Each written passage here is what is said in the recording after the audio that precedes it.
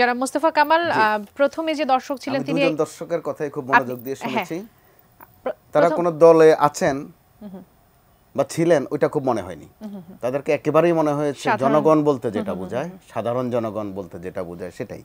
প্রথম জন কিন্তু একদম স্পষ্ট করে কয়েকটি শব্দ উচ্চারণ করেছেন, আমি এই শব্দের দিকে যাচ্ছি না, কিন্তু তার মনোবেদনাটা পরিষ্কার। উনি বেশি অ্যাটেনশন দিতে চাচ্ছেন যারা নিহত হয়েছেন, আহত অবস্থায় আছেন, তাদের দিকে একটু স্পেশালি অ্যাটেনশন দেয়া, সেটা হচ্ছে ওনার মূল কথা।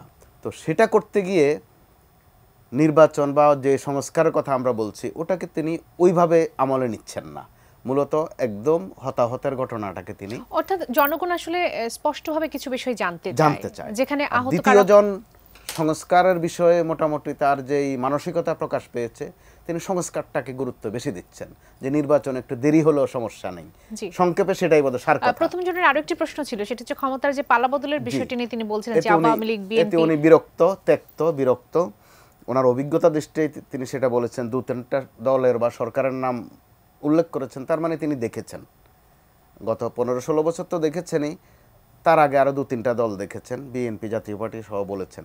তো এবারের আন্দোলনটার কিন্তু প্রেক্ষিত ভিন্ন, ওটা আমাদের আমলে রাখতে হবে। একটা বিপ্লব পরবর্তী সরকার, তাহলে সরকারটা বিপ্লবী সরকার কিনা, কিন্তু নেচারে বা আদতে আমরা কিন্তু বিপ্লবী সরকার দেখছি না। তিনি সবার সাথে কথা বলেই যে কোনো সিদ্ধান্ত নিচ্ছেন, আবার সংবিধানও মানছেন। তো বাস্তবে কিন্তু ওই অবস্থাটা আমাদের এখানে নাই। ব্যথা তো সর্বাঙ্গে, উনি ওষুধটা কোন জায়গা দিয়ে শুরু করবেন? তো এরপরও 6টা কমিশন যেটা হয়েছে যথেষ্ট, কাজ শুরু করা অন্তত। আর সংস্কার হচ্ছে বেসিক্যালি চলমান প্রক্রিয়া, আর সংস্কার বরাবরে রাজনীতিবিদরা যদি সদিচ্ছা থাকে তারা ভালো করতে পারেন। শিয়া বাটার ও ভিটামিন ই সমৃদ্ধ lily glam beauty soap, lily always beautiful. তারা সামাজিক বিষয়ের ফয়সালা দিতে পারেন, রাজনৈতিক পারেন, অর্থনৈতিকও পারেন। বাদ বাকি যারা আছেন তারা হয়তো বা শাসক হিসাবে ভালো, কেউ প্রশাসক হিসাবে দক্ষ, কেউ শিক্ষায় অত্যন্ত উচ্চমার্গের, কিন্তু রাষ্ট্র চালানো যেটা, সেটা মূলত রাজনীতিকদের কাজ। কিন্তু ঘটনা যেখানে গোলমালটা বাজছে, যেহেতু 15-16 বছর কথা বলে অভ্যাস নাই অথবা সুযোগে ছিল না, এখন কথা বলতে গিয়ে কিছু বাড়তি কথা আসছে।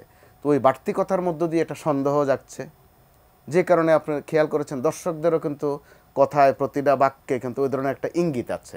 সাদা চোখে আমরা কিন্তু কোনো গোলমাল দেখছি না, বরং ভালো কিছুই দেখছি। বিএনপির পক্ষ থেকে বিশেষ 2 জন উপদেষ্টার বিষয়ে তারা সমালোচনাও করেছেন, সেটাও আমরা ভালোভাবে দেখাই উচিত, যে অন্তত সমালোচনা মানেই তো বিরোধিতা না, অর্থাৎ সেটাও তো একটা সংস্কার। এই যে মুখ খুলে বলতে পারছেন যে আপনার এই ত্রুটি আছে, এটাও একটা সংস্কার। অন্যান্য দল থেকেও আসছে, বরং তাদের মধ্যে নিয়ে একটা প্রতিযোগিতাও আছে যে প্রধান উপদেষ্টা কাকে সময় একটু বেশি দিয়েছেন।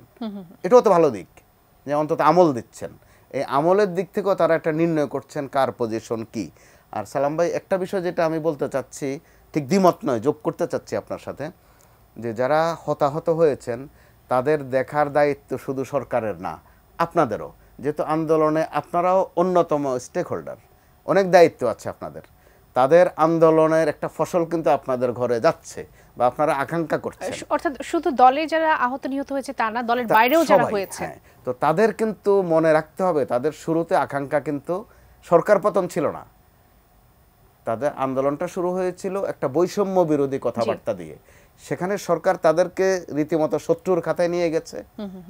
আর বিএনপি গত 16-17 বছর চুলায় যে আগুনটা জ্বালিয়েছে, রুটি সেকার জন্য যেই তাওয়াটা পেতেছে, সেখানে তারা একটা আগুন দিয়ে দিয়েছে, যেটা বিএনপি 16-17 বছরে পারেনি। আন্দোলন করেছে অবিরাম।